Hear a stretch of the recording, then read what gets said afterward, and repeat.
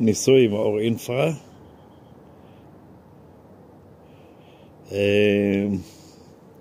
רואים את הלד הבודד ושתי לדים ביחד. השתי לדים ביחד זה של ה-UPS.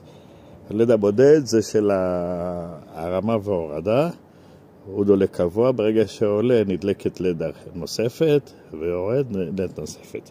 כרגע אנחנו נמצאים במצב של למעלה. ניסוי בחושך.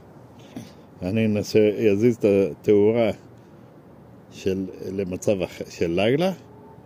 בואו נראה, כאילו השמש למעלה. בואו נראה מה קורה. המראה כמעט במצב הכי גבוה שלה.